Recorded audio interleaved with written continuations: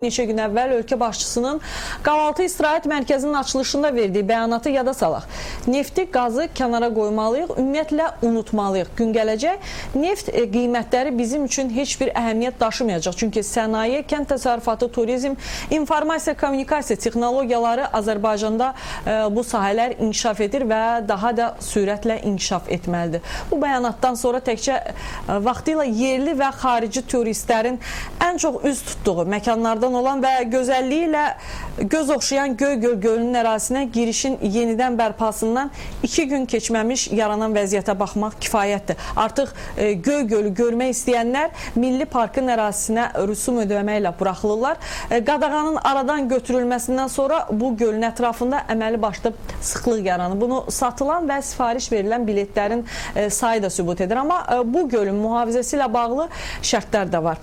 Kəpəz dağının ətəyindən Göygöl sahilindən Ülvi Telmansoyun reportajı.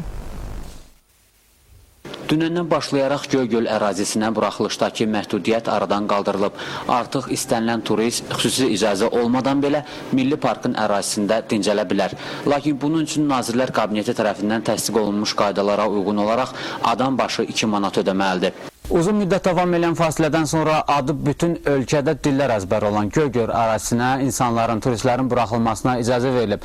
Artıq gün yarımdır ki, turistlər bu əraziyə buraxılır və bu müddət ərzində 2000-dən çox buraxılış bileti satılıb və növbəti günlər üçün daha 10.000 buraxılış bileti sifariş edilib. Göygöl Milli Parkının ərazisinə şəxsi avtomobillərlə birbaşa keçid mümkün deyil. Lakin avtomobillər üçün ödənişli dayanacaqlar yaradılıb. Parkın ərazisində 4 yeni otel inşa edilib. Bir sıra yaşayış obyektləri yaradılıb. İstənilən sahibkar Ekologiya və Təbii Sərvətlər Nazirliyinin müvafiq qurumu ilə müqavilə bağlamaq şərti ilə burada xidmət göstərə bilər. Eyni zamanda parkın fauna və florasını qorumaq məqsədi ilə xüsusi qaydalar da müəyyənləşdirilib. Bu qaydalara əməl edilməsi məcburidir. Bununla belə parkın vəhşi heyvanlar yaşayan ərazisi gəzinti üçün bağlıdır. Bələdçi xidmətçilərimiz var burada. Həmin bələdçi xidmətli turistlərə yaxınlaşaraq onlara bu qaydaları izah edirlər. Hər hansı qayda pozan varsa, ona bir daha xatırladılar ki, bunu eləmək olmaz. Yox, yeni nəkarlığı götürüb təkrar olunacaqsa, təbii ki, Milli Parkın davranış qaydaları pozduğuna görə inzibati tənbih tədbirləri tətbiq olunur. İnzibati tədbiri tətbiq etməkdən cərimə oluna bilərlər. Gəncə sakinləri də Göygölü yenidən görməyin keyfini çıxarırlar. 2 gün ərzində paytaxtdan Göygölü görmək arzusu ilə bura gələnlər də var. Axırıncı dəfə uzun illərdir.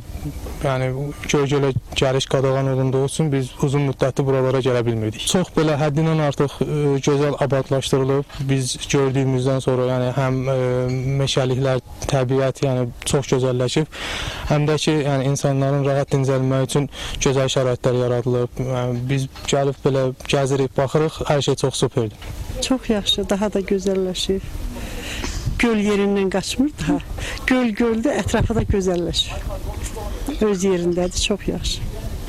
Çox şükür ki, bəli, yenidən gördük. Çox sevindik yerindən görməyimizə, Göygölü. Bir vətəndaş kimi hamımızın haqqıdır gözəlliyi görmək. Burada dincəlməyə gələnlər həmçinin kotejlər sifariş verməklə bir gün ərzində məhdudiyyətsiz istifadə edə bilərlər. Belə lüks dincəlmək üçün isə turist 50 manata yaxın istifadə haqqı ödəməli olacaq. Gəncə şəhərinin əsas içməli su mənbəyi olan gölün suyunun təmiz saxlanılması da vacib şərtlər arasındadır.